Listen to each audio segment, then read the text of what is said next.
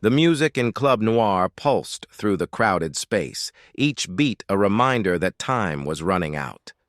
Naomi Sterling pressed herself against the velvet wall of the VIP section, her brown skin glistening with sweat under the strobing purple lights. Her fingers trembled around the glass of champagne someone had handed her earlier, untouched, warming in her grip. 3 days. That's how long she'd been running from Marcus Webb, a dirty cop who'd decided she knew too much about his side business. 3 days since she'd witnessed him execute an unarmed man in an alley behind the courthouse where she worked as a legal assistant. 3 days since her entire life had shattered into pieces she couldn't put back together. Welcome back, beautiful souls. Before we dive into this intense story of loyalty, danger, and love behind the Mafia boss, be sure to hit that subscribe button, smash the like, and drop a comment telling me where you're watching from. Every click helps us keep bringing you these incredible tales you don't want to miss. Naomi, you're shaking, her cousin Jade said, leaning close to be heard over the DJ's remix. Her dark eyes searched Naomi's face with growing concern. We shouldn't have come out. This was a bad idea. Naomi wanted to agree, but hiding in Jade's studio apartment had been driving her insane. Marcus had already shown up there twice, flashing his badge and asking questions with that smile that never reached his eyes. The walls had been closing in, suffocating her with fear and paranoia. She'd thought losing herself in the crowd of Club Noir, one of the most exclusive spots in the city, would buy her breathing room. A few hours of pretending she was normal, that she wasn't a witness with a death sentence hanging over her head. Then she saw him. Marcus Webb stood near the main bar, his police shield clipped to his belt even though he was off duty. His eyes scanned the crowd with that same predatory focus she'd seen in the alley when he'd pulled the trigger. He was hunting, and she was his prey. "Jade," Naomi whispered, her voice cracking with barely contained panic. "He's here." Her cousin's head whipped around, following Naomi's terrified gaze. When Jade spotted Marcus, the color drained from her face like water from a broken glass. "Oh, God! Naomi, we need to go! Now!" But it was already too late. Marcus's eyes found Naomi's across the crowded club, and his lips curved into a smile that promised violence wrapped in civility. He started moving through the crowd, his hand resting casually on the gun at his hip. A warning, a promise, a threat, all rolled into one gesture. "The back exit," Jade said, grabbing Naomi's wrist with desperate urgency. "Come on." They pushed through the dancing bodies, but the club was packed wall to wall. Every step felt like wading through quicksand while a shark circled closer. Naomi glanced back and saw Marcus gaining on them, his smile widening with the confidence of a predator who knew his prey had nowhere left to run. "VIP section," Naomi gasped, spotting the velvet ropes and the elevated area behind a wall of security. "Maybe we can lose him up there." Jade hesitated for only a heartbeat before nodding. They veered toward the ropes where a mountain of a man in a black suit stood guard, his expression as welcoming as a brick wall. Before he could deny them entry, Jade flashed a desperate smile and whispered something that made his expression soften fractionally. The guard lifted the rope just enough for them to slip through, though his eyes tracked them with professional suspicion. The VIP section was a different world, darker, quieter, filled with people who radiated wealth and danger in equal measure.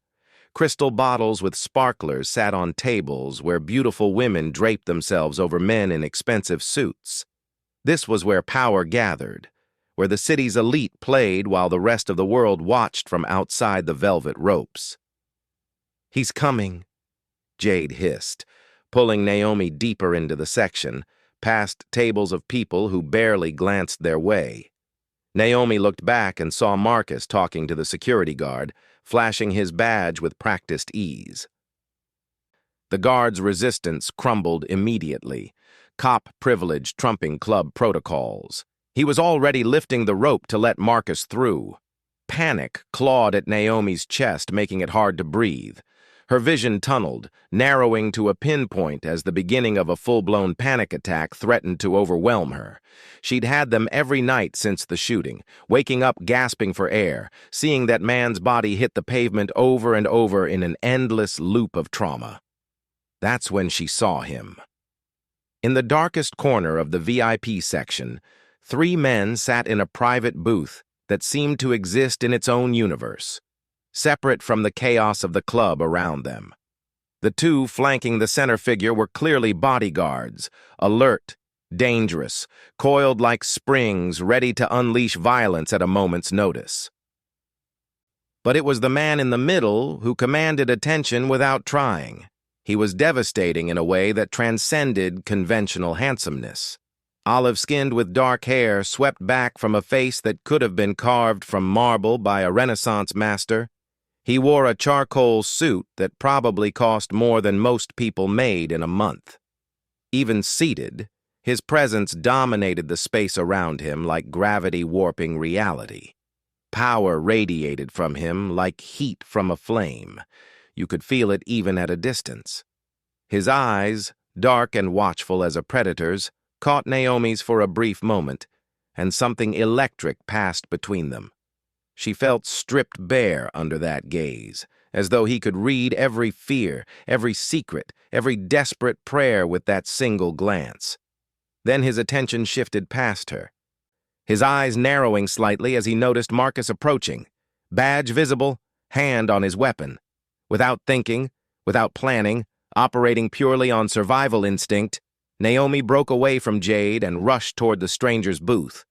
Some primal part of her brain recognized that this dangerous man represented safety in a way the law never could.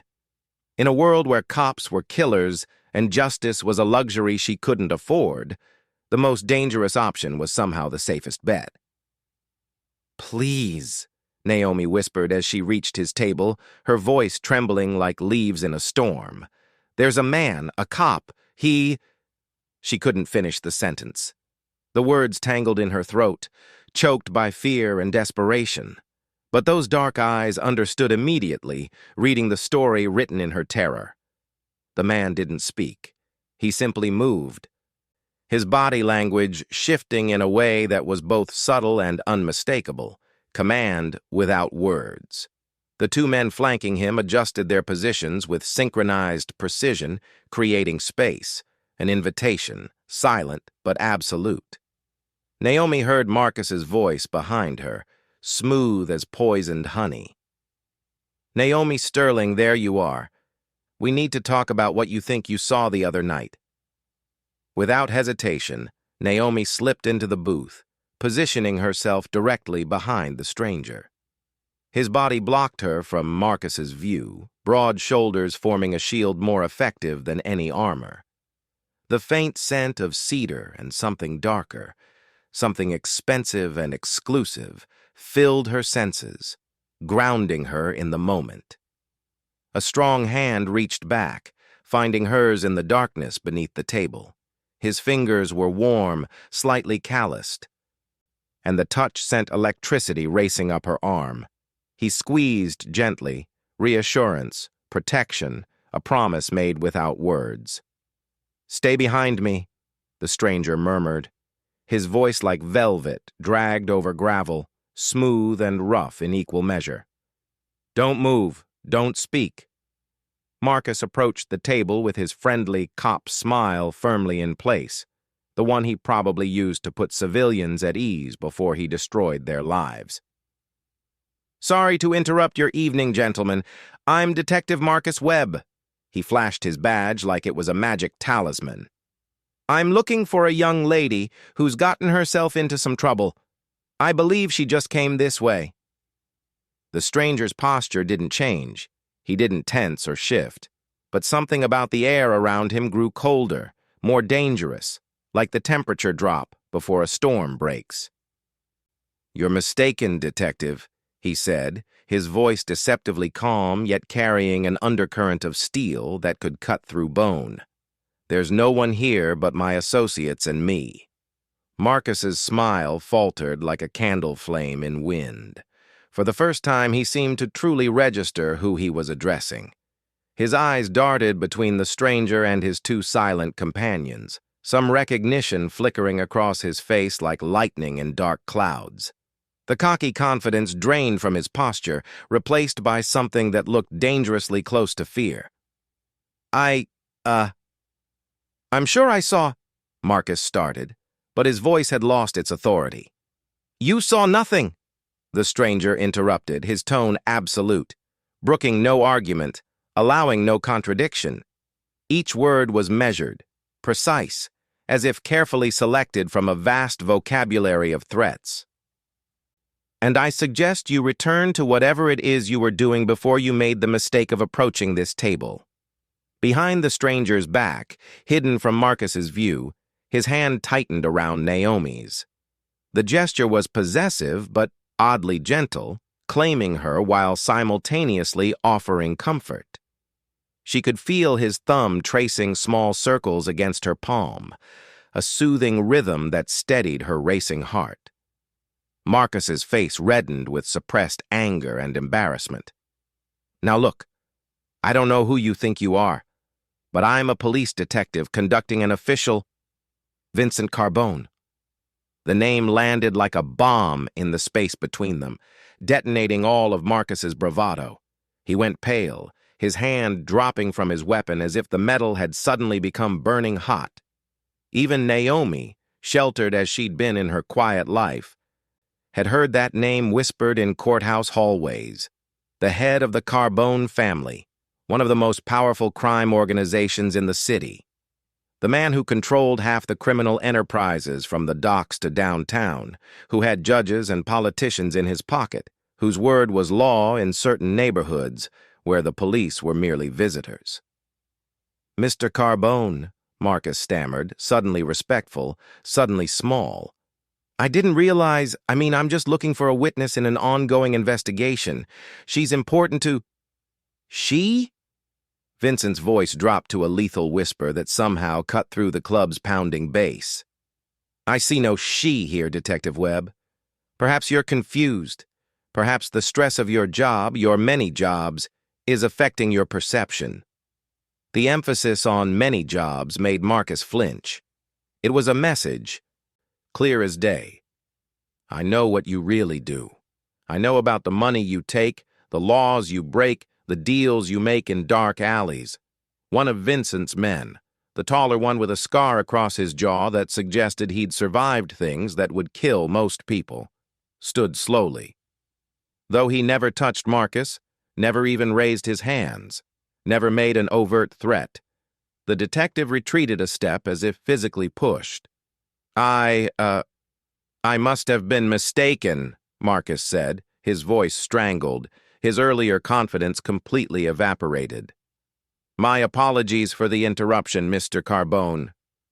"Detective," Vincent called as Marcus turned to leave, his voice stopping the cop in his tracks. "A word of advice. Be very careful about who you hunt in this city. Some prey have protectors with sharper teeth than you expect, and some protectors don't take kindly to people threatening what's theirs." The warning was crystal clear, impossible to misunderstand. Marcus nodded stiffly, his face a mask of barely controlled rage and fear, then disappeared back into the crowd like a rat scurrying into shadows. Naomi remained frozen behind Vincent, her hand still clasped in his, her body pressed against the booth's leather back. She should have felt trapped, should have been terrified of trading one danger for another. Instead, for the first time in 3 days, she could breathe. Her lungs filled with air that didn't taste like fear, and her heart slowed from its panicked gallop to something approaching normal. Vincent's thumb continued tracing that soothing pattern against her palm, a gesture that seemed at odds with the lethal authority he'd just displayed. Gentle violence, protective danger, he was a walking contradiction. "You can come out now," he said softly, his voice meant only for her, stripped of the steel he'd used on Marcus. "He's gone. You're safe." Naomi slowly emerged from behind him, but instead of fleeing as she probably should have, she slid into the booth beside him, Her legs felt too weak to support her weight, and she wasn't ready to lose the protection of his presence. Not yet. Maybe not ever. Vincent turned to face her fully, those dark eyes studying her with an intensity that should have been uncomfortable, but somehow wasn't.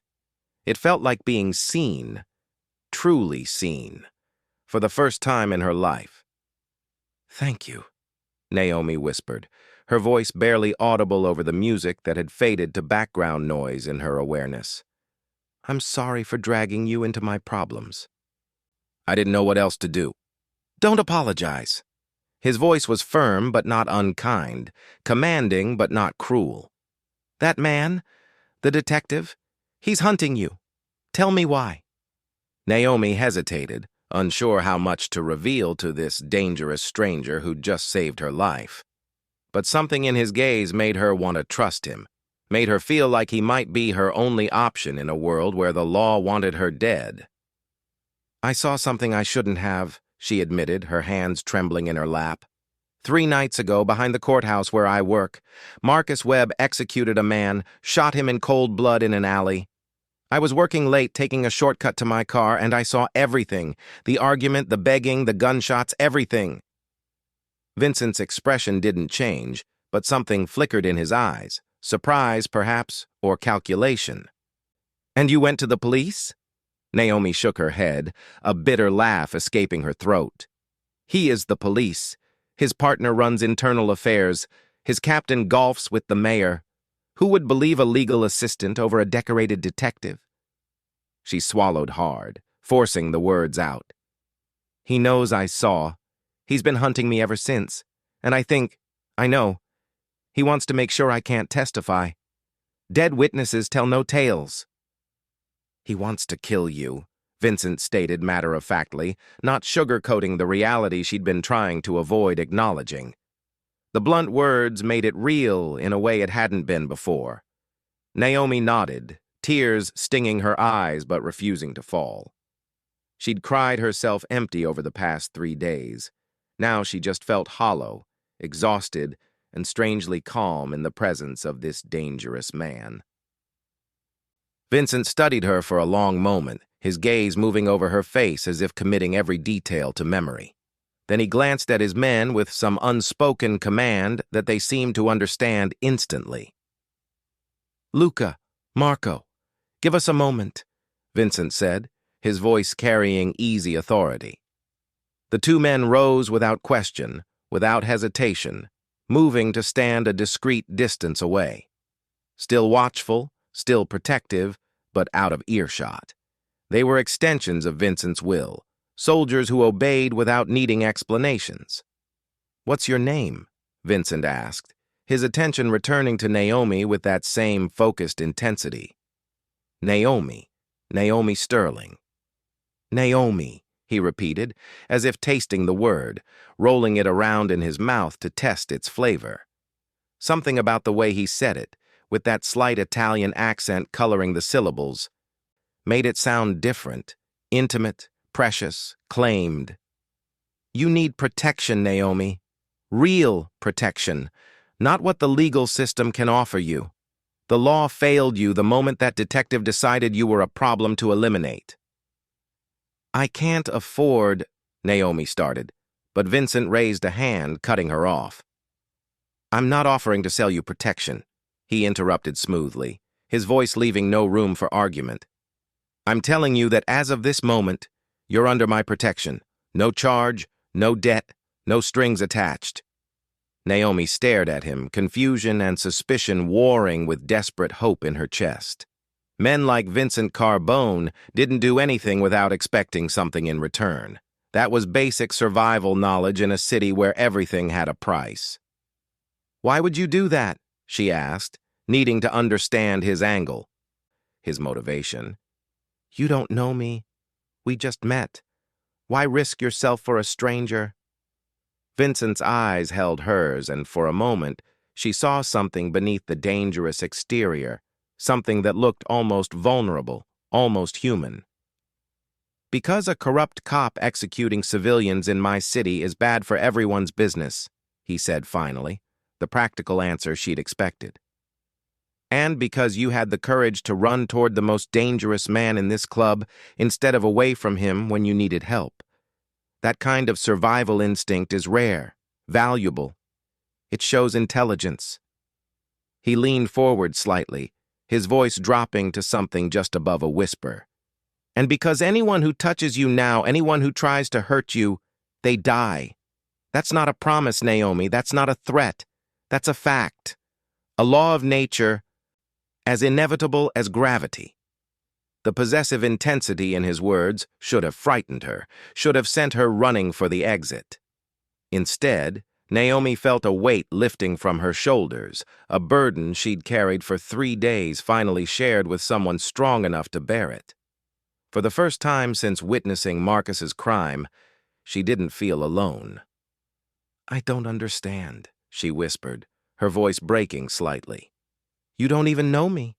Why claim responsibility for my life?" "No," Vincent agreed, his hand reaching out to brush a loose curl from her face, the touch feather-light, reverent. "But I will. I'm going to know everything about you, Naomi Sterling, and you're going to let me, because you understand something that most people never learn. Sometimes the devil you choose is better than the devil who chooses you." Jade appeared at the edge of the booth, her eyes wide with fear and confusion, clearly torn between protecting her cousin and self-preservation. "Naomi, what are you doing? Who are these people? We need to leave. We need to—" Vincent's gaze moved to Jade, assessing her in an instant with the practiced eye of someone who sized up people for a living. "You're with Naomi?" Jade nodded hesitantly, protective instinct overriding her obvious fear. She stepped closer, placing herself slightly in front of Naomi despite the danger. "She's my cousin. I'm not leaving her with strangers." Something that might have been approval flickered across Vincent's face, softening his features for just a moment. "Loyal. That's good. Family should protect each other." He gestured to Marco, who stepped forward immediately. "Take her somewhere safe. Make sure she gets home without being followed. Webb might try to use her to get to Naomi." "Wait," Naomi said, panic rising at the thought of Jade leaving. "Jade, I'll be okay. I promise. I'll call you tomorrow." Her cousin looked between them, clearly torn, her protective instincts warring with common sense. "Naomi, I can't just leave you with—" "I'll be safer with him than anywhere else," Naomi said, surprising herself with how much she believed it. "Trust me, please." After a long moment, Jade nodded reluctantly, though her eyes promised they'd have a serious conversation later. She left with Marco, glancing back multiple times until they disappeared into the crowd. Once they were alone as anyone could be in a crowded club, Vincent turned back to Naomi, his full attention once again focused with that unnerving intensity. "You'll stay with me tonight," he said. And it wasn't a question or a request, but a simple statement of fact. "My home is secure. We'll discuss the situation with Detective Webb in the morning, figure out our strategy, but for now, you need rest. When did you last sleep? Really sleep. Not that half-conscious state where every sound is a potential threat." The concern in his voice caught Naomi off guard, a gentleness she hadn't expected from a man who radiated controlled violence. Not much. Maybe a few hours total over the past 3 days. The motel where I've been staying isn't exactly conducive to feeling safe." Vincent's jaw tightened, a muscle jumping beneath his olive skin. "You've been staying in a motel? For 3 days? Alone?" Naomi nodded, suddenly aware of how she must look, her dress wrinkled from being shoved in a backpack, her hair not styled but simply pulled back in a hasty ponytail, her makeup minimal because she'd been too afraid to stop moving long enough for proper grooming. She looked like what she was, a woman running for her life. "That ends tonight," Vincent said with finality, his tone brooking no argument. He stood, offering his hand with old-world courtesy. "Come, we're leaving." Naomi placed her hand in his, letting him pull her to her feet with easy strength. As they moved through the VIP section toward a private exit she hadn't noticed before, she was acutely aware of his hand at the small of her back. Protective, possessive, warm through the thin fabric of her dress, claiming her without words, marking her as his in a way that everyone around them seemed to understand instinctively. Luca led the way, speaking quietly into a phone in rapid Italian. By the time they reached the club's back entrance, a service door that bypassed the crowds entirely, a black SUV with windows tinted dark enough to be illegal pulled up to the curb. The vehicle was luxurious inside, a mobile fortress of leather seats and technology. Privacy partition, probably bulletproof glass, the kind of car that screamed money and power and danger all rolled into one package. Vincent settled beside her, close enough that she could feel his body heat but still maintaining a careful distance, respecting her space even as he claimed her protection. As they pulled away from Club Noir, Naomi watched the city lights stream past the darkened windows, her mind racing with the surreal turn her life had taken. 24 hours ago, she'd been a legal assistant with a quiet life and a studio apartment she could barely afford. Now she was in a Mafia boss's car, under his protection, her fate tied to a man she'd just met, but who felt somehow familiar, like recognition on a cellular level. "You're overthinking," Vincent observed, his dark eyes studying her profile in the dim light. "I can see it in the way you're holding yourself. Too rigid, too tense. Your mind is spinning in circles, trying to find the trap." "I just willingly got into a car with a man whose name makes police detectives go pale," Naomi said, managing a shaky laugh that sounded slightly hysterical even to her own ears. "Overthinking seems appropriate, maybe even inadequate for the situation." A ghost of a smile touched Vincent's lips, transforming his face for just a moment. "Fair enough. But understand this, Naomi. Detective Webb won't touch you now. Word will spread within hours that you're under my protection. In this city, that means something. It means everything." "And what does it mean for me?"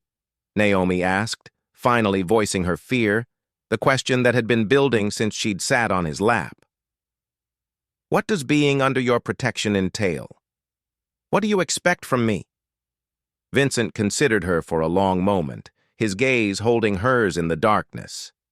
"Safety, security, a place to stay until we neutralize the threat. Nothing more intimate than you're comfortable with. But the world will need to believe there's a reason I've claimed you. A reason I'd go to war over a woman I just met." "Claimed me," Naomi repeated, the words sending an unexpected shiver through her that wasn't entirely from fear. "You came to me, Naomi," Vincent said quietly, his voice intimate in the confined space. "You chose me when you could have chosen anyone else in that club. You could have run to the security guards, could have tried to lose yourself in the crowd, but you came to me. Now I'm choosing to keep you safe. The rest, what that becomes, what we become, is up to us to decide, together." The SUV pulled up to a brownstone in one of the city's most exclusive neighborhoods, the kind of area where old money lived quietly and security cameras were hidden in architectural details. Unlike the flashy mansions Naomi might have expected, Vincent's home was elegant but understated, the kind of wealth that didn't need to announce itself because everyone who mattered already knew.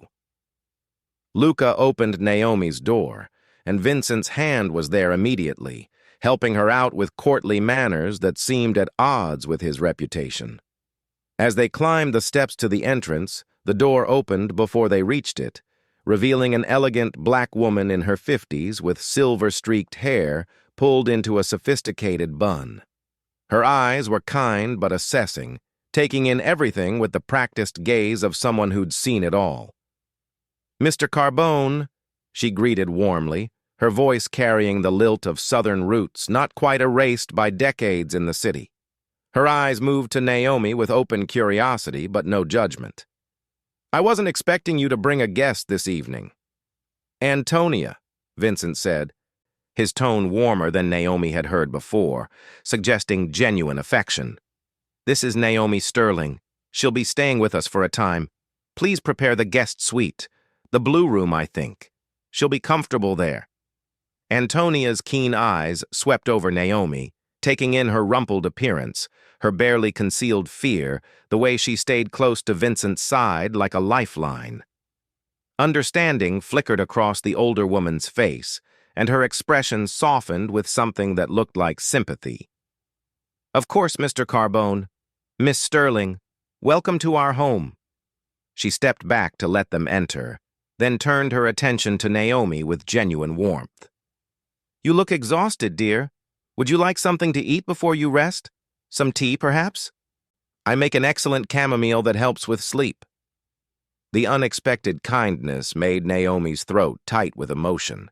She couldn't remember the last time someone had offered her food, comfort, care, without expecting something in return. Tea would be wonderful, thank you. As Antonia disappeared down a hallway toward what Naomi assumed was the kitchen, Vincent guided her into a sitting room that managed to be both masculine and inviting. A fire burned in the fireplace despite the mild autumn weather, casting warm shadows across hardwood floors and leather furniture. Art on the walls, real art, not reproductions, suggested refined taste. Everything spoke of quality, permanence, a life built to last. Sit, Vincent said gently, gesturing to a sofa that probably cost more than Naomi's car. You look ready to collapse. Naomi sank onto the butter-soft leather, exhaustion suddenly overwhelming her now that the immediate danger had passed. The adrenaline that had been keeping her upright for 3 days was draining away, leaving her hollow and shaking. Vincent sat beside her, close but not crowding, his presence both comforting and electric. Tell me everything, he said, his voice soft but commanding. From the beginning. What exactly did you see that night? Don't leave anything out. So Naomi told him. She described working late at the courthouse, about taking the shortcut through the alley because she'd been too tired to walk the long way to the parking garage. About hearing angry voices raised in argument and seeing Marcus Webb confronting a thin man in an expensive suit. The man was begging, Naomi said, her voice breaking as the memory crashed over her with fresh horror. On his knees, hands up, saying he would pay back the money, that he just needed more time. Marcus laughed, actually laughed, and told him time had run out. She closed her eyes, but that only made the memory more vivid, more real. Then he just pulled his gun and shot him, 3 times. Center mass, like they teach at the academy. The man dropped like a puppet with its strings cut. There was so much blood. Vincent's hand covered hers where it rested on her knee, warm and grounding, an anchor in the storm of her memories. Did Webb see you immediately? Not right away. I was frozen, I think in shock. My brain couldn't process what I was seeing.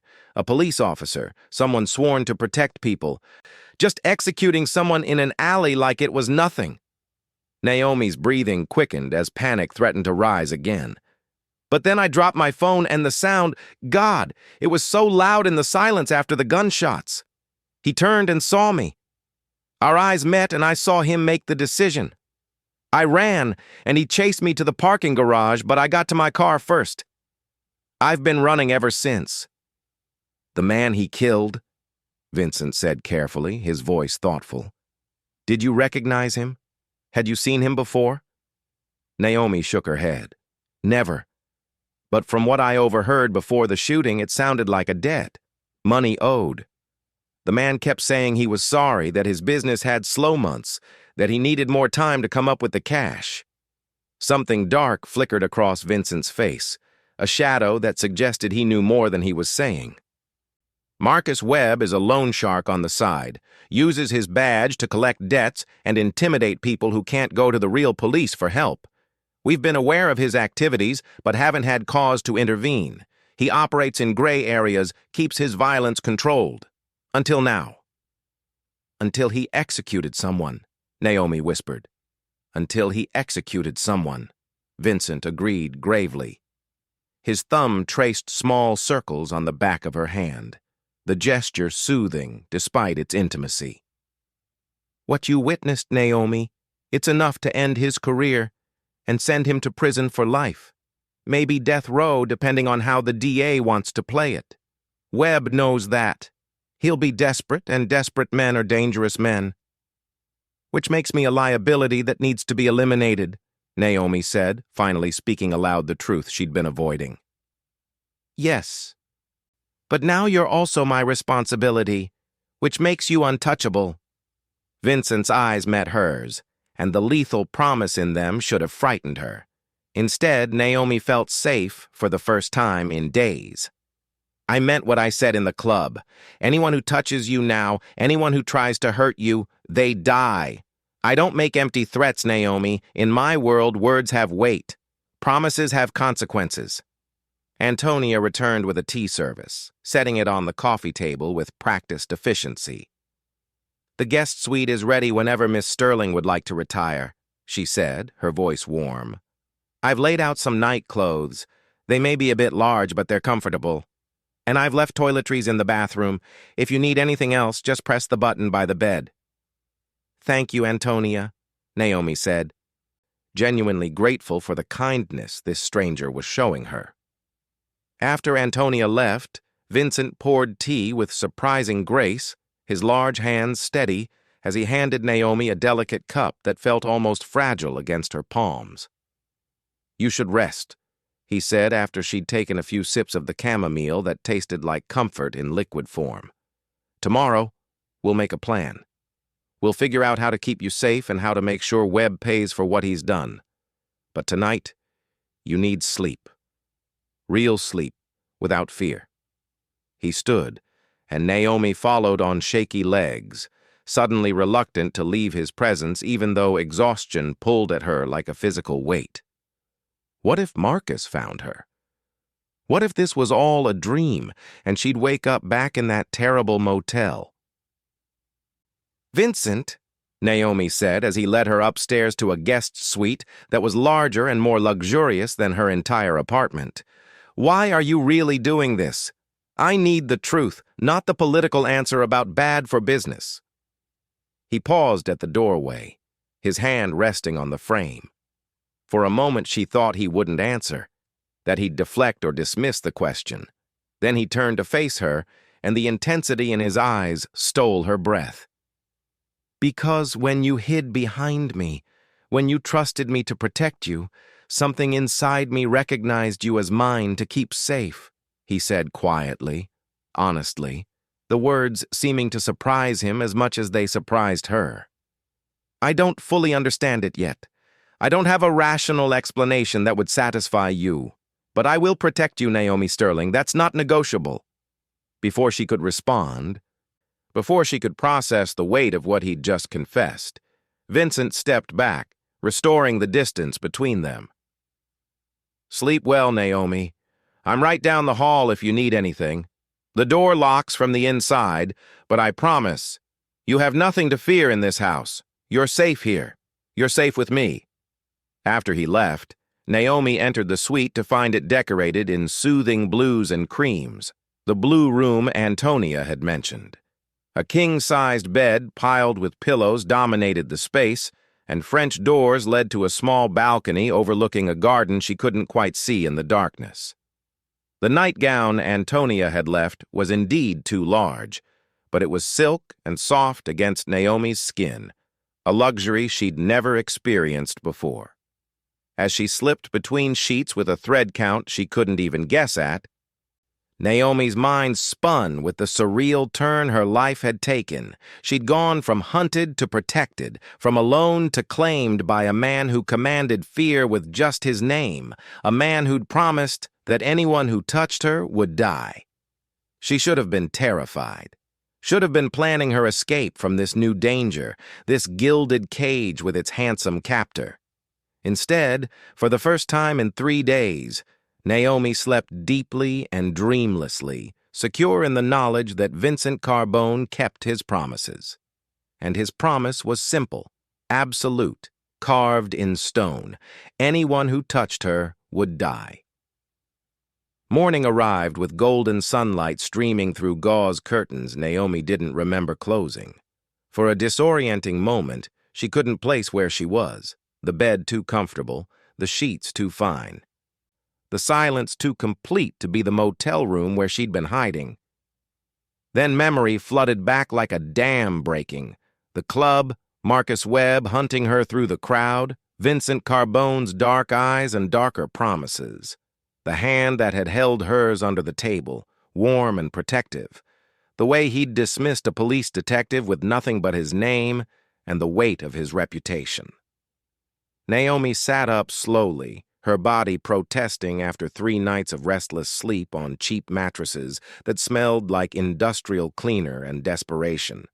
Sunlight painted patterns on the hardwood floor, and she could hear birds singing in the garden outside, normal sounds from a world that felt anything but normal. A soft knock at the door made her freeze, instinctive fear clutching at her chest before Antonia's gentle voice called out, "Miss Sterling? I have breakfast and some clothing for you. May I enter?" "Yes, please," Naomi called back, pulling the sheets up self-consciously, even though the silk nightgown covered her completely. Antonia entered with a tray laden with coffee, fruit, and pastries that smelled like heaven, followed by a young woman carrying several garment bags draped carefully over her arms. "Mr. Carbone thought you might appreciate fresh clothing," Antonia explained, directing the assistant to hang the bags in the closet with practiced efficiency. "I took the liberty of estimating your size based on last night. If anything doesn't fit properly, we'll have it adjusted immediately." Naomi stared at the garment bags, overwhelmed by the gesture. "This is too much. I can't accept—" "Mr. Carbone insists," Antonia said, with a small smile that suggested arguing would be futile, that Vincent Carbone was a man accustomed to getting his way. "He's in his study conducting business when you're ready to see him. Take your time, dear. There's no rush." After they left, Naomi investigated the garment bags with trembling fingers. Inside, she found several outfits, casual clothes in her exact size, elegant pieces that looked expensive but not ostentatious, even underwear and shoes. The attention to detail was both impressive and slightly unnerving. How had he known her sizes so precisely? She showered in the bathroom's rainfall shower, using products that smelled like lavender and honey, expensive brands she recognized from magazine advertisements but had never been able to afford. The hot water washed away more than just the grime of 3 days on the run. It washed away some of the fear, the exhaustion, the feeling of being hunted. Naomi dressed in dark jeans and a soft cream sweater that fit perfectly, hugging her curves in ways that made her feel attractive rather than exposed. The woman in the mirror looked rested, cared for, a stark contrast to the haunted figure she'd been just hours ago. The dark circles under her eyes were fading, and there was color returning to her brown skin.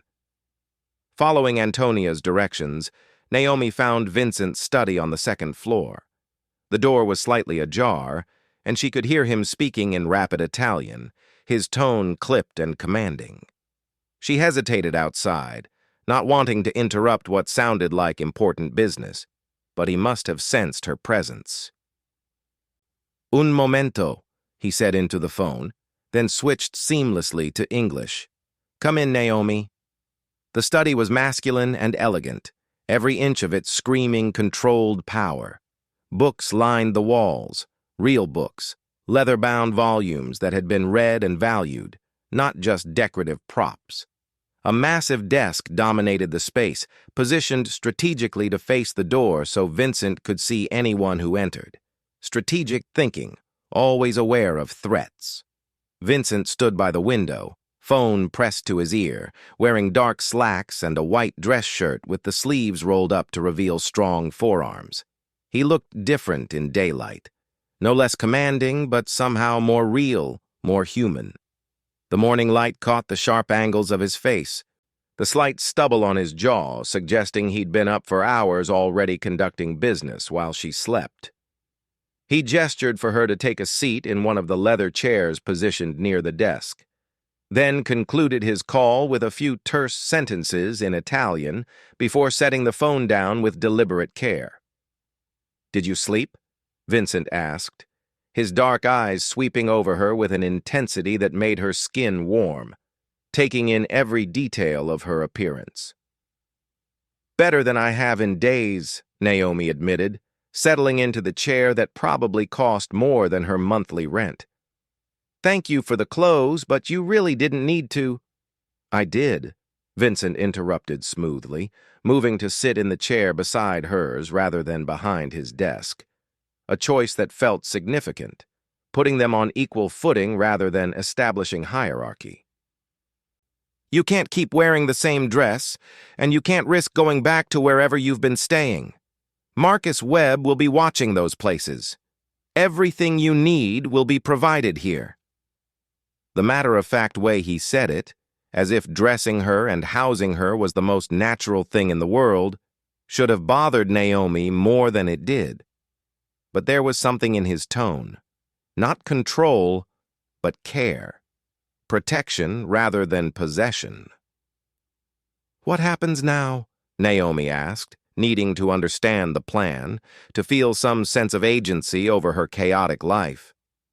Vincent leaned forward, his forearms resting on his knees, bringing him closer into her space without crowding her. "Now we deal with Detective Webb properly. I've had my people looking into him since last night, making calls, asking questions, gathering information. His corruption runs deeper than simple loan sharking." He pulled out a tablet from the desk, swiping through what looked like surveillance photos and documents with practiced efficiency. "Webb is on the payroll of the Castellano family, a rival organization. He's been feeding them information about police investigations, helping them avoid raids and arrests, giving them advance warning of federal operations." Naomi's stomach churned with nausea. "He's a dirty cop working for the mob?" "Multiple criminal organizations, actually," Vincent clarified, his voice taking on an edge of contempt. "He plays all sides, selling information to whoever pays the most. No loyalty, no honor, just greed. The man you saw him kill, Tony Rizzo, was one of the Castellanos street dealers who'd been skimming profits for months. Webb was sent to handle the problem, to make an example. So this isn't just about silencing a witness to murder," Naomi said slowly, understanding dawning like a terrible sunrise. "If it comes out that he killed someone for the Castellanos, it exposes an entire network of corruption," Vincent finished, his eyes never leaving her face. "Webb will go to prison for life, maybe face the death penalty. His captain and several other officers on the take will fall with him. And the Castellanos lose their inside man at the police department, their eyes and ears in law enforcement. You're not just a witness, Naomi. You're a threat to an entire criminal empire built on dirty cops and illegal payoffs." The weight of that realization pressed down on Naomi's chest, making it hard to breathe. "I'm going to die. They can't let me live, can't let me testify. I'm a dead woman walking." "No." Vincent's voice was absolute, brooking no argument. His hand reached out to cup her face, turning her to look at him, forcing her to see the certainty in his eyes. "You're not going to die. Not today, not tomorrow, not ever if I have anything to say about it, because I won't allow it, Naomi. I won't let them touch you." The conviction in his eyes, the protective edge in his voice, it wrapped around Naomi like armor, making her believe in possibilities she'd thought were lost forever. "But how can you stop them?" she whispered, her voice small and afraid. "The Castellanos are powerful. They have resources, connections, an entire organization." "Nothing compared to the Carbone family," Vincent said with calm certainty, no arrogance in his tone, just stating facts. We've been the dominant force in this city for 3 generations. The Castellanos know better than to test me directly. We've been at peace for 5 years because they understand what war with me would cost them. And if they don't care, if they decide I'm worth the risk? Something dangerous flashed in Vincent's eyes, a glimpse of the violence he kept carefully controlled beneath his polished exterior. Then we go to war. But it won't come to that. The Castellanos value their survival, their businesses, their families too much to risk everything over one witness. When word spreads that you're under my protection, they'll back off.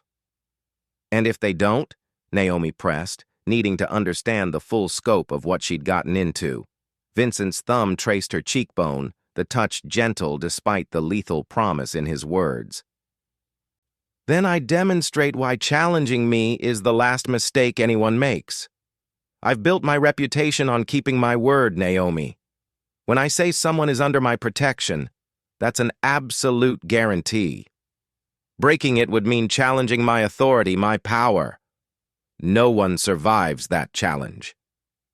He stood, pulling Naomi up with him, his hands gentle on her arms. Today, we make our arrangement public. We'll be seen together at a few key locations, places where the right people will notice, where word will spread like wildfire. By tonight, everyone who matters will know you're mine. And tomorrow, we ensure your testimony is protected in ways that make killing you pointless. There was that word again. Mine. Possessive. Claiming. Yet somehow it didn't feel like the cage she'd been trapped in before. With Marcus, mine had meant isolation, control, violence. With Vincent, it meant protection, safety, a shield against the world. "Where are we going?" Naomi asked, her voice steadier than she felt. "First, to see an old friend who happens to be a federal judge," Vincent said, moving to his desk to retrieve his phone and wallet with efficient movements. "He owes me favors, several of them. We'll ensure your testimony is properly documented and secured, with enough copies distributed to enough places that killing you becomes completely counterproductive." And then, a hint of a smile touched Vincent's lips, softening his features. "Then I take you to lunch at Rizzo's, the most popular restaurant in Little Italy. Somewhere we'll definitely be seen by people who matter, people who spread information faster than any social media platform." The federal courthouse was an imposing building of marble and steel, designed to intimidate and inspire awe in equal measure. Walking into it felt surreal to Naomi, like stepping into a different version of reality. Vincent's hand rested at the small of her back, warm and grounding, as they navigated security with surprising ease. Mr. Carbone, a bailiff, greeted them respectfully, his eyes widening slightly at seeing Vincent Carbone walking through the federal courthouse like he owned the place. "Judge Morrison is expecting you in his chambers." They were ushered through hallways that Naomi knew from her work at the courthouse, past offices where people glanced up and did double takes at seeing Vincent. His reputation preceded him like a wave, parting crowds and inspiring deference or fear depending on the person. Judge Harrison Morrison's chambers were wood-paneled and lined with law books, the accumulated wisdom of decades. The judge himself was an older black man with silver hair and keen eyes that missed nothing. When he looked up from the documents he was reviewing and saw Naomi, surprise flickered across his distinguished face. "Vincent," he said, standing to shake hands with practiced professionalism. "You said you had a witness who needed protection. You didn't mention she was—" He paused, his eyes moving between them, reading the situation with the practiced eye of someone who'd spent 40 years interpreting human behavior. "Important to me," Vincent finished smoothly, his hand moving to Naomi's lower back in a gesture that was both protective and possessive. "Judge Morrison, this is Naomi Sterling. Naomi, Judge Harrison Morrison, one of the few genuinely honest men left in this city's justice system, which is why I trust him with this."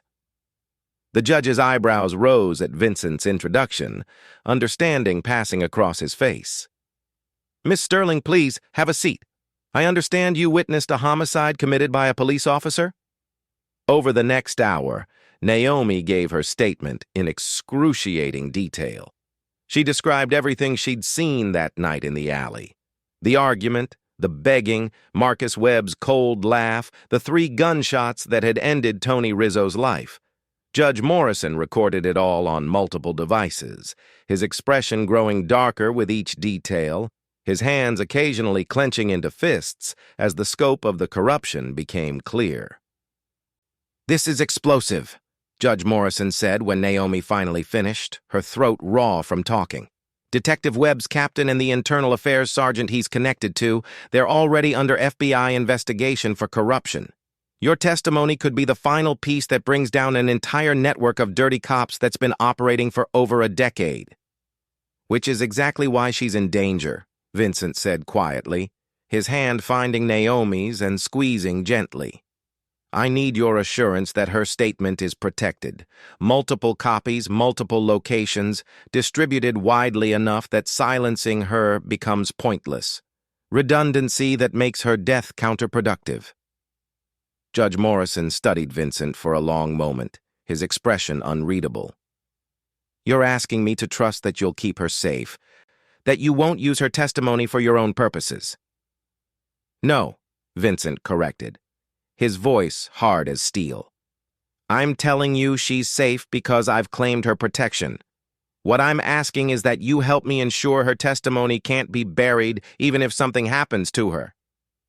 "Not that it will," he added, his tone making it clear that anyone who tried would face consequences beyond legal prosecution. The judge's eyes moved between them, assessing, calculating. Finally, he nodded with the weight of a man making a decision that would have far-reaching consequences. "I'll have copies of her statement filed with the FBI, the State Attorney General, and stored in a secure location known only to myself and 2 other federal judges I trust. If anything happens to Miss Sterling, those statements automatically go public and trigger immediate investigations at every level." "Thank you," Naomi said, relief washing over her in waves. "I just want this to be over. I want my life back." "That may take time," Judge Morrison said gently, his expression sympathetic. "But you've done the right thing, the brave thing. Men like Marcus Webb destroy communities, corrupt the very institutions meant to protect people. Your testimony will help clean up this city." As they stood to leave, Judge Morrison caught Vincent's arm, his grip firm despite his age. "I hope you know what you're doing, Vincent. The Castellanos won't take this lying down. You're making yourself a target by protecting her." "Let them come," Vincent replied coolly, no fear in his voice, only calm certainty. "I'll put them down permanently this time. I've been looking for an excuse to eliminate them for years. If they're foolish enough to give me one, I'll thank them before I destroy everything they've built." Outside the courthouse, Naomi breathed in the cool autumn air, feeling lighter than she had in days. The sun was warm on her face, the sky impossibly blue, the world suddenly full of possibility again. "Is it really that simple?" she asked as Vincent guided her toward the waiting SUV where Luca stood watch. "Give my statement, and suddenly I'm safe?" Vincent opened the car door for her, his dark eyes holding hers. "Not simple. Nothing about this situation is simple, but necessary. Now, your death doesn't benefit anyone. It only triggers investigations that will destroy everyone involved. The smart play, the only logical move, is to leave you alone and hope you disappear quietly." "And if they're not smart?" Naomi asked as she slid into the leather seat. Vincent settled beside her, close enough that she could feel his warmth. "Then I keep my promise. Anyone who touches you dies. Not metaphorically, not eventually. Immediately and permanently."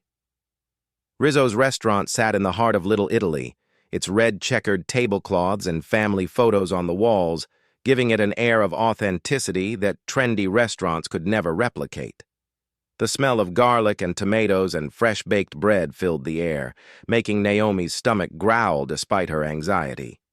The lunch crowd was substantial, every table filled with people who looked like they belonged to this neighborhood, who had roots going back generations.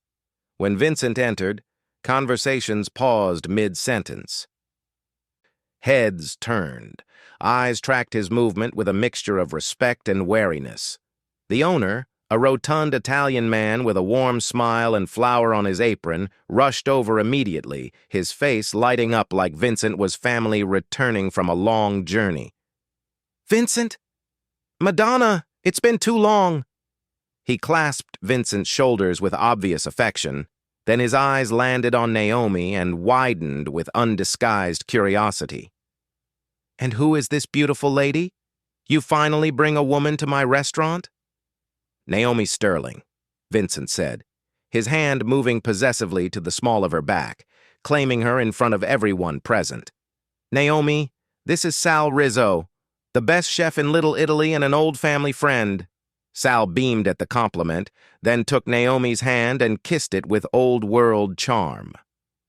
Any woman who captures Vincent Carbone's attention must be extraordinary. Come, I have the perfect table for you." He led them through the restaurant to a table by the front window, the most visible spot in the entire establishment. Naomi understood immediately. This was theater, a performance designed to be seen. Vincent wanted everyone to know she was with him, wanted the information to spread like wildfire through the city's underworld. "This is deliberate," Naomi said quietly once they were seated, watching people at nearby tables trying not to stare while obviously staring. "You want people to see us together."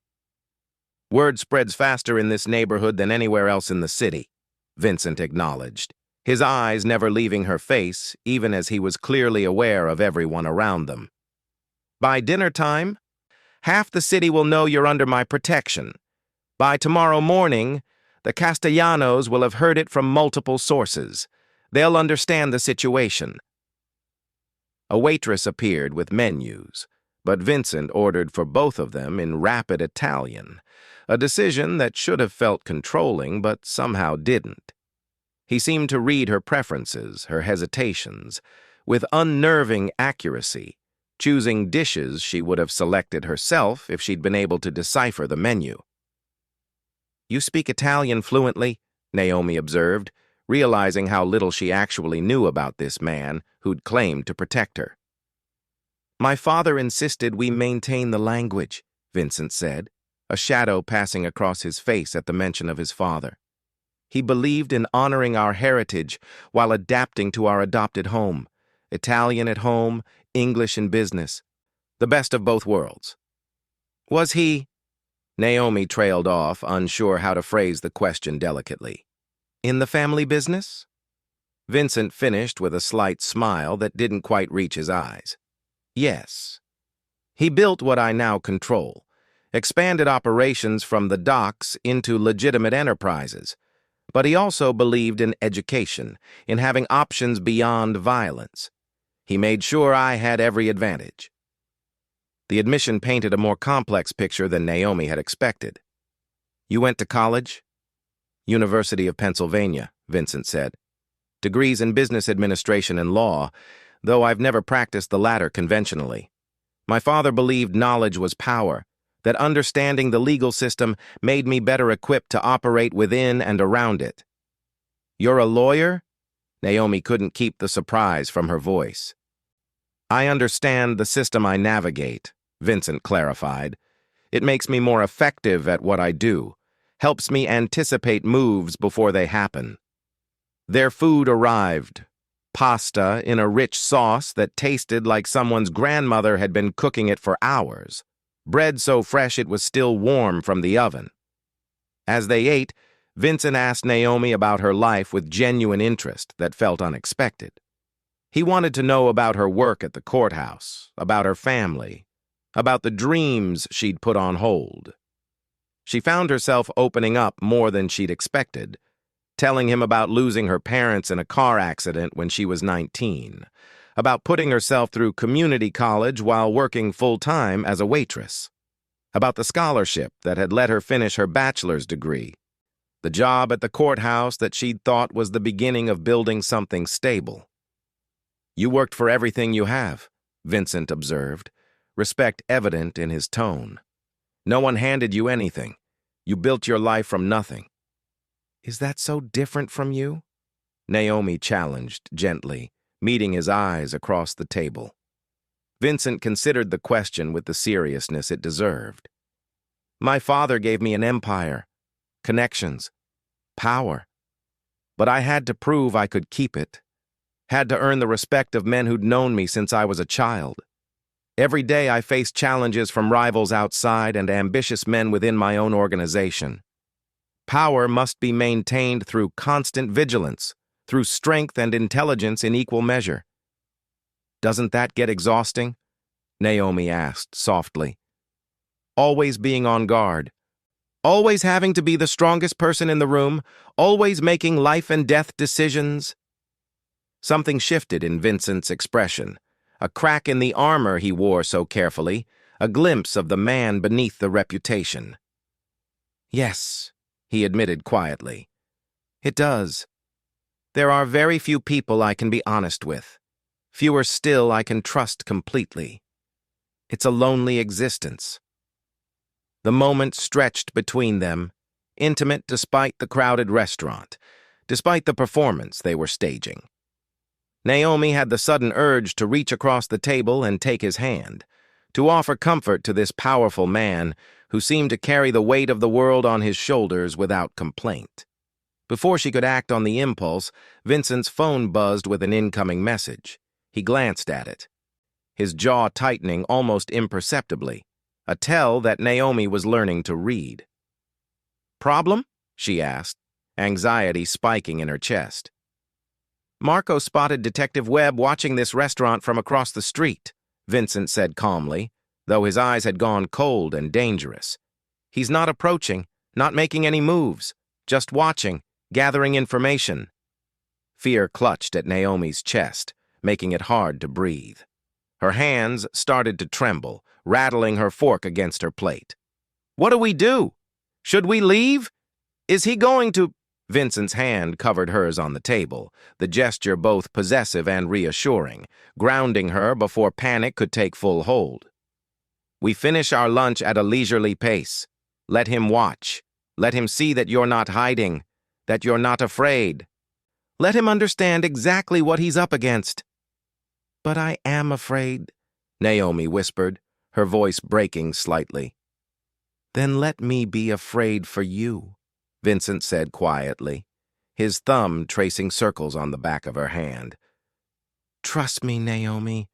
Trust that I know what I'm doing." So Naomi did something that went against every survival instinct screaming in her head.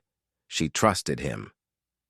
They finished their meal while Marcus Webb watched from across the street like a predator stalking prey. When they finally left the restaurant, Vincent's arm curved around her waist, pulling her close against his side in a gesture that was unmistakably possessive, unmistakably protective. As Luca opened the SUV door, Vincent paused, his eyes finding Marcus across the street. The detective stood next to his unmarked police car, arms crossed, trying to look intimidating. Vincent didn't make any overtly threatening gestures, didn't shout or posture. He simply looked at Marcus with an expression that promised consequences, that communicated more threat in silence than words ever could. Then he guided Naomi into the SUV with gentle care, his hand lingering on her back even after she was seated. "He looks angry," Naomi observed as they pulled away, watching Marcus's receding figure through the tinted windows. "He should be terrified," Vincent replied, "but anger will do for now.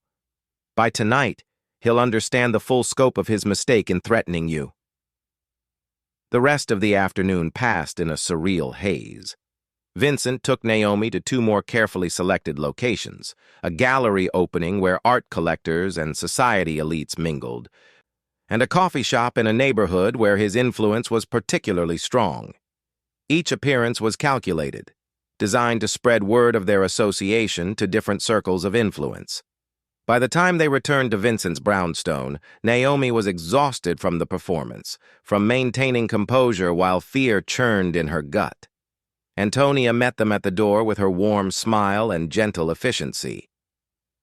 "Dinner will be ready in an hour, Mr. Carbone," she said, taking their coats. "I've prepared the osso buco you enjoy." "Thank you, Antonia." Vincent turned to Naomi, his hand finding the small of her back in what had become a familiar gesture. "Would you like to rest before dinner? Today has been demanding." Naomi nodded, suddenly aware of how drained she felt. The adrenaline that had been keeping her upright was fading, leaving her hollow and shaky. Vincent walked her upstairs to the blue room, his presence solid and reassuring beside her. At her door, he paused, his dark eyes searching her face with an intensity that made her breath catch. "You did well today. I know it wasn't easy, being on display, performing for an audience. I felt like everyone was judging me," Naomi admitted, "wondering what someone like me was doing with someone like you, wondering what you saw in an ordinary legal assistant." Vincent's hand came up to cup her face, his touch gentle despite the calluses she could feel against her skin. "There is nothing ordinary about you, Naomi Sterling. You survived 3 days on your own, running from a corrupt cop with resources and connections. You had the intelligence to seek protection from someone who could actually provide it. You sat across from a federal judge and gave testimony that will bring down a criminal network. That's not ordinary. That's extraordinary." The sincerity in his voice, the way he looked at her like she was something precious and rare, made Naomi's throat tight with emotion. "I don't feel extraordinary. I feel scared and out of my depth and like I'm drowning." "Then let me be your anchor," Vincent said quietly. "Let me keep you safe until you find your footing again." He leaned forward, and for a breathless moment, Naomi thought he might kiss her. Instead, he pressed his lips to her forehead in a gesture so tender it nearly broke her. Then he stepped back, restoring the careful distance he maintained. "Rest, Naomi. I'll come get you for dinner." After he left, Naomi entered the blue room and collapsed onto the bed, her mind spinning with everything that had happened. 24 hours ago, she'd been a stranger to Vincent Carbone. Now she was under his protection, living in his home, the subject of his possessive attention. She should have been more afraid of him, should have been planning her escape. But the truth was, she felt safer with Vincent than she had anywhere else in her adult life. He was dangerous, yes, lethal even. But his danger was directed outward, protecting her rather than threatening her. Naomi must have dozed off because the next thing she knew, there was a gentle knock at her door. Vincent's voice called softly, "Naomi, dinner is ready."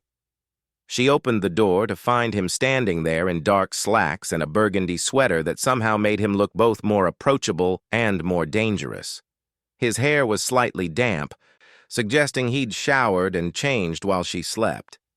"I'm sorry. I didn't mean to fall asleep," Naomi said, suddenly self-conscious about her rumpled appearance. "You needed it," Vincent replied simply. "Come, Antonia has outdone herself." Dinner was served in a smaller, more intimate dining room than Naomi expected. Instead of a formal table that could seat 12, this space held a round table set for 2, candles flickering between them, creating an atmosphere that felt less like a business arrangement and more like a date. The osso buco was melt-in-your-mouth tender, the risotto creamy perfection. They ate in comfortable silence for a while before Vincent spoke. "I received word from my contacts this afternoon," he said, setting down his wine glass. "The Castellanos know you're under my protection. They're not happy about it, but they're not going to challenge me directly. Your safety is assured." Relief flooded through Naomi so intensely it made her dizzy. "It's really over? Just like that?" "For now," Vincent cautioned.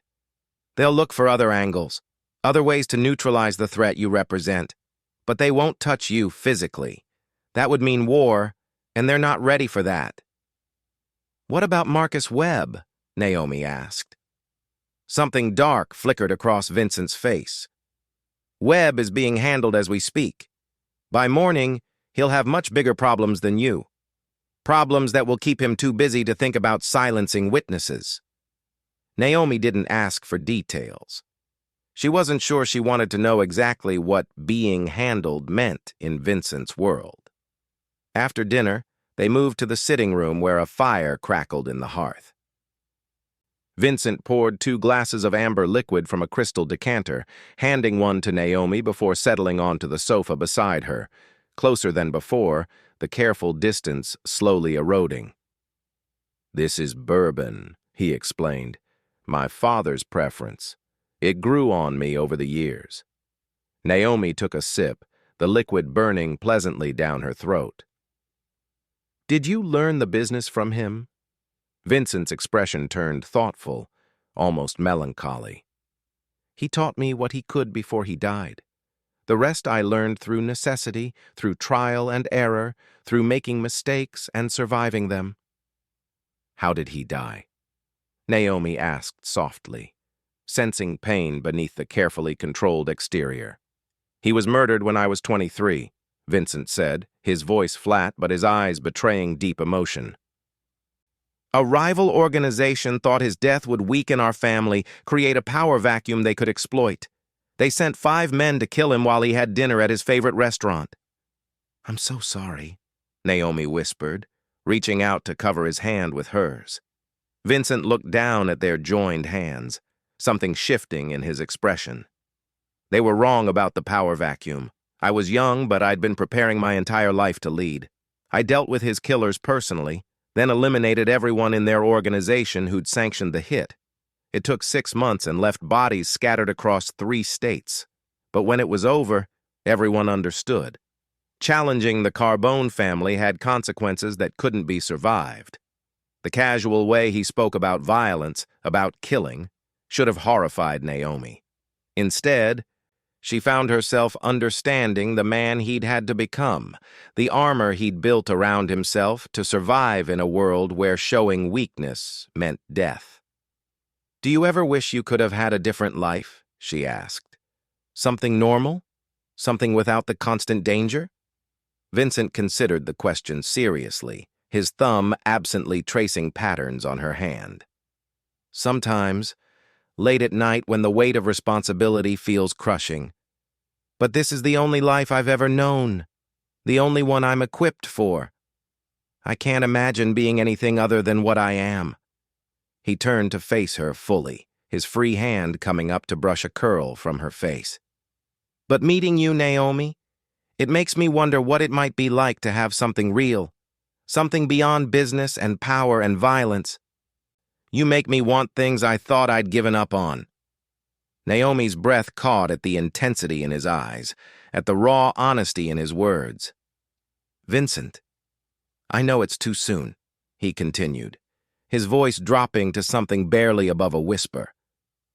"I know you came to me out of desperation, not choice. But I need you to understand, this isn't just about protection anymore. Not for me."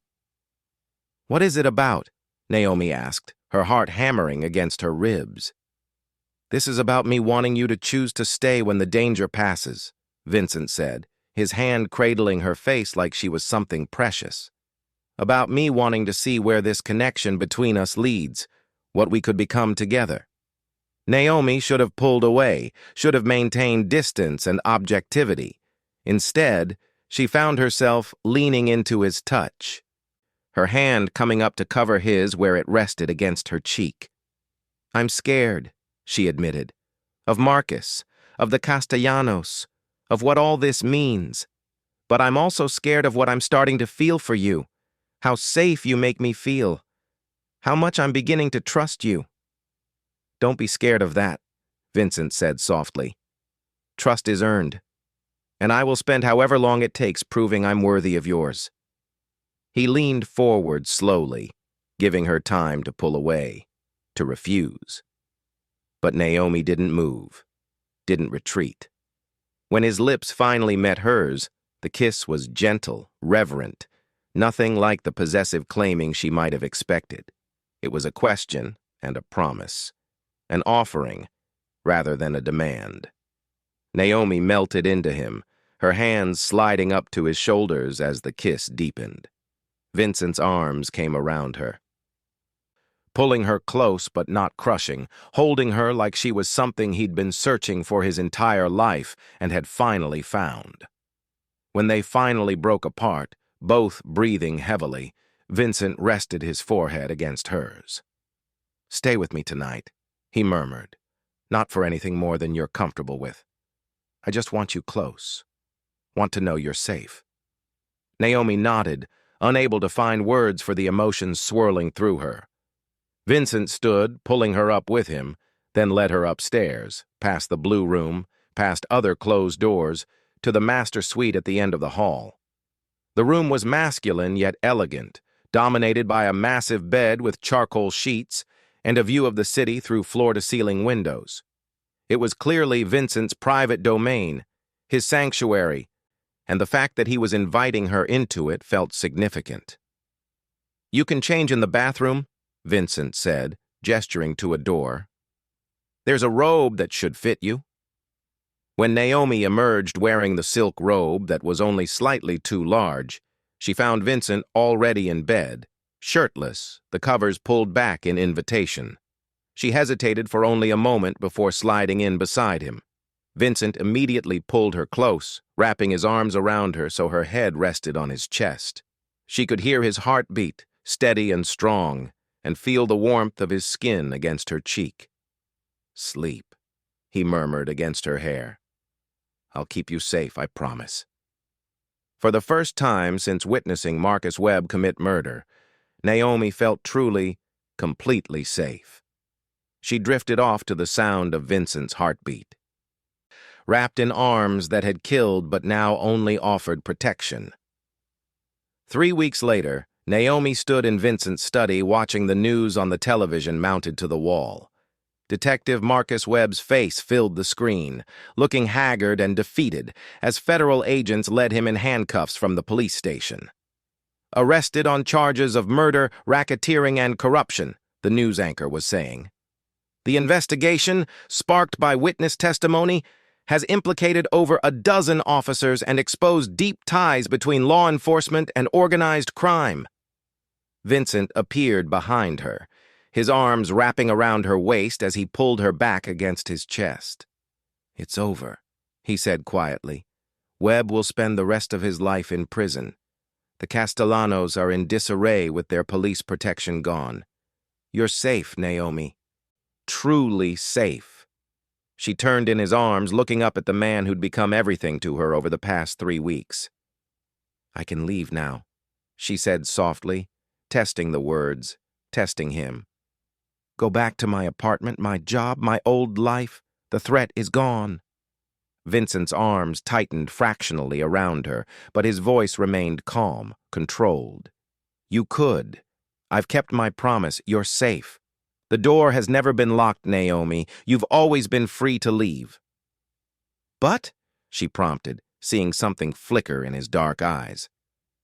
"But I'm asking you not to."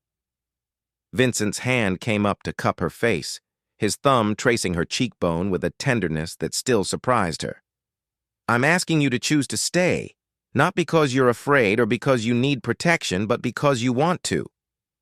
Because what we've found together is worth choosing."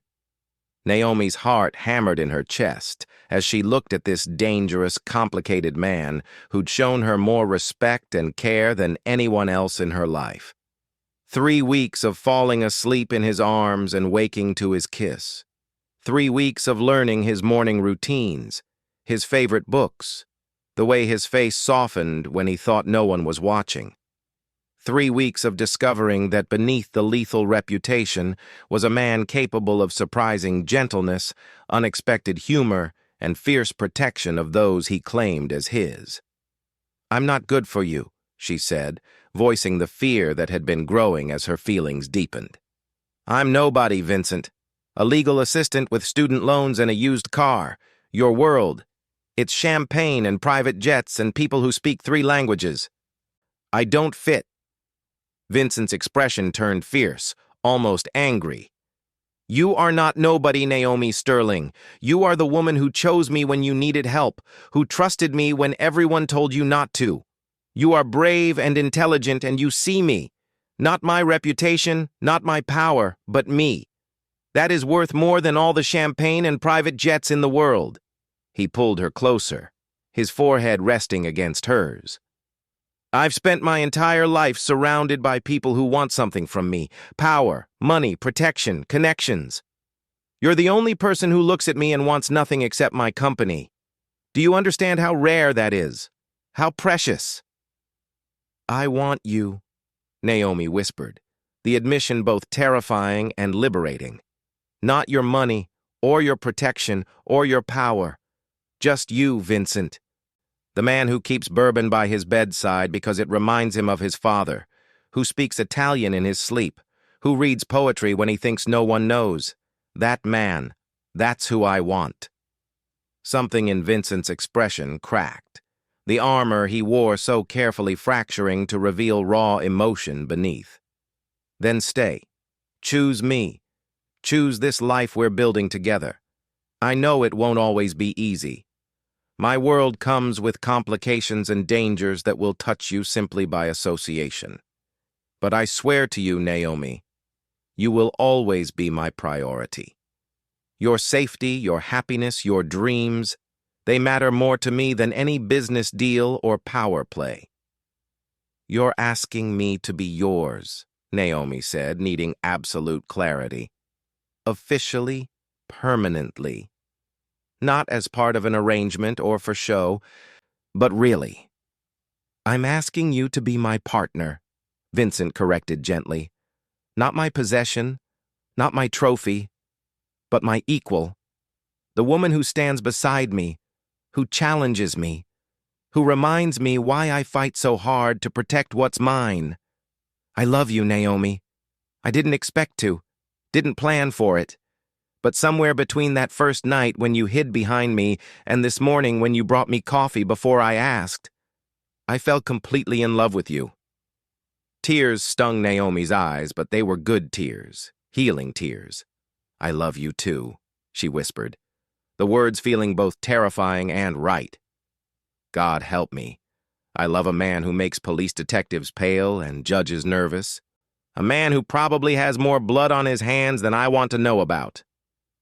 And I love a woman who witnessed a murder and ran toward a Mafia boss for protection instead of away, Vincent replied with a ghost of a smile. A woman brave enough to testify against corruption, strong enough to survive on her own, and foolish enough to fall in love with me. We're quite a pair. Naomi laughed through her tears, reaching up to pull Vincent's face down to hers. Their kiss was deep and claiming, a seal on promises made and futures chosen. When they finally broke apart, both breathing heavily, Vincent kept her close, his arms a shelter she never wanted to leave. So you'll stay? He asked, and for the first time since she'd met him, there was vulnerability in his voice, uncertainty that he was trying to hide. I'll stay, Naomi confirmed, her hand over his heart, feeling it beat steady and strong. Not because I'm afraid or because I need protection, but because this, us, is what I choose. You're what I choose, Vincent Carbone. Today, tomorrow, for as long as you'll have me. Forever then, Vincent said, his voice rough with emotion. I'll have you forever if you'll let me.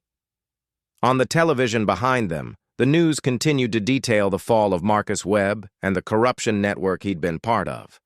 Naomi caught a glimpse of her name mentioned as a courageous witness who came forward despite personal risk. But she didn't watch.